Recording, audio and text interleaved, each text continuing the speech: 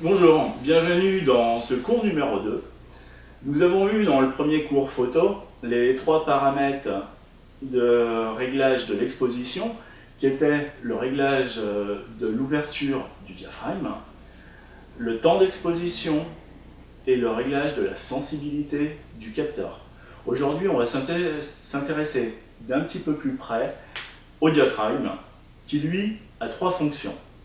Donc la première, comme on l'a déjà vu, c'est de laisser passer plus ou moins de lumière dans l'appareil photo. Pour petit rappel, ici, entre les différentes ouvertures de diaphragme que j'ai, on a un IL, un indice de lumination, c'est-à-dire qu'on laisse passer 2 fois moins de lumière à chaque fois qu'on ferme notre diaphragme, ou 2 fois plus, dans le sens inverse. Le diaphragme a aussi une autre fonction, c'est la limitation des aberrations optiques de l'objectif. Sur à peu près tous les objectifs, le meilleur rendu, le meilleur piqué sera quand vous réglez votre diaphragme entre f8 et f11. C'est-à-dire que si le réglage de l'objectif du diaphragme en lui-même n'est pas très important, eh bien réglez-le entre f8 et f11, c'est là que vous aurez le meilleur rendu. Et puis troisième point, c'est le réglage de la profondeur de champ. La profondeur de champ, c'est la zone de netteté acceptable que l'on trouvera autour de la zone de mise au point. Ce qui nous permettra d'avoir un avant-plan qui pourra être flou, un arrière-plan qui lui aussi sera flou, ce qu'on appelle les flous d'arrière-plan ou bokeh. Donc, on peut voir sur cette photo, par exemple, où j'ai fait la mise au point là où j'ai mis un petit rectangle rouge. Le petit grain de raisin, lui, il est parfaitement net, mais il y a d'autres grains de raisin qui se trouvent sur un plan focal un peu plus rapproché, qui eux sont flous, et tout ce qui est derrière aussi est flou, et plus c'est éloigné, plus c'est flou. L'intérêt, c'est que notre grappe de raisin, notre grain de raisin se détache bien du fond de l'image, ça le met vraiment en valeur. Toute la grappe de raisin d'ailleurs est vraiment mise en valeur.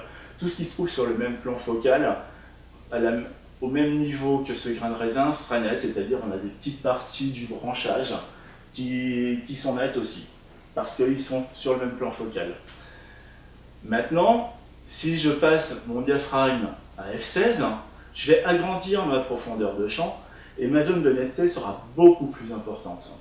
Donc en regardant l'image à f16, on s'aperçoit ici que j'ai fait la mise au point au même endroit, toute la grappe de raisin est nette. L'arrière-plan devient plus net, les feuilles sont plus nettes. Et ce qui est un peu plus loin, même si c'est encore flou, c'est quand même un petit peu plus net sur cette photo. Voilà. Donc, après, si on passe si on ferme le diaphragme progressivement à F2, F4, etc., on s'aperçoit que la profondeur de champ est de plus en plus grande. J'ai fait ma photo en priorité diaphragme, donc mon appareil photo, par défaut, pour avoir exactement la même exposition, a corrigé la vitesse d'obturation. À chaque fois que je fais un mètre d'un diaphragme supplémentaire, d'un indice de lumination, il faisait l'inverse sur la vitesse, c'est-à-dire il augmentait la vitesse de 2, afin de laisser passer 2 fois plus de lumière. Ce qui fait qu'entre chacune de ces photos, j'ai exactement la même exposition. Alors maintenant, on va supposer que je fais ma mise au point à une distance de 1 mètre pour prendre en photo mon grain de raisin. Donc, tout ce qui se trouvera sur mon plan focal, qui va être ici au niveau de la ligne verticale, c'est mon plan focal, tout ce qui sera ici, comme si c'était un mur, toute cette partie sera nette. Après, selon l'ouverture de mon diaphragme, je vais augmenter ou réduire la profondeur de champ. Donc la profondeur de champ, quel que soit son réglage, on aura donc sur 1/3 avant mon plan focal de mise au point, 2/3 après mon plan focal de mise au point, qui sera la zone de netteté acceptable. Toujours 1/3 et 2/3 après. 1/3 avant, 2/3 après. Maintenant aussi, une petite erreur à ne pas connaître, c'est souvent qu'on va faire la photo, on va faire notre mise au point sur un sujet, et ensuite on va peaufiner notre cadrage avant de déclencher la photo. Si je pivote, en gardant la même distance de mise au point, je décale aussi mon plan focal. Parce que mon plan focal, il n'est pas court du tout. C'est pas tout ce qui va se trouver à 1 mètre, si je fais ma mise au point à 1 mètre, c'est pas tout ce qui va se trouver à 1 mètre de l'objectif qui sera net. Mon plan focal, lui, il est droit. Il est comme la ligne qu'on voit ici. C'est-à-dire que si je pivote, eh ben, tout en gardant la mise au point à 1 mètre, je décale le plan focal et on s'aperçoit ici que mon petit grain de raisin, ben, finalement, il se retrouve devant et si mon diaphragme est très grand ouvert, eh ben, il va se trouver dans une zone de flou et il sera flou. Donc pour l'avoir net, il faudrait corriger la zone de mise au point au niveau de la ligne que l'on voit ici en pointillé.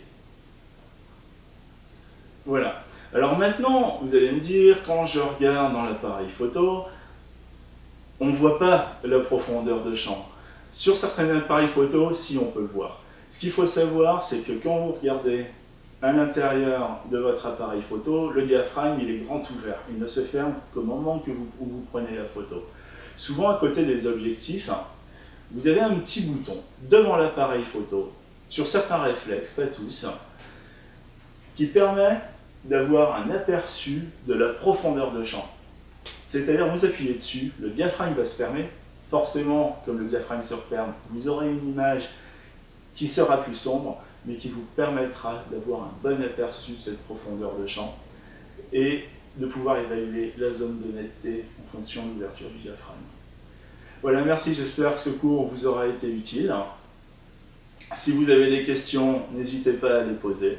Et je vous retrouve dans un prochain cours photo. Merci.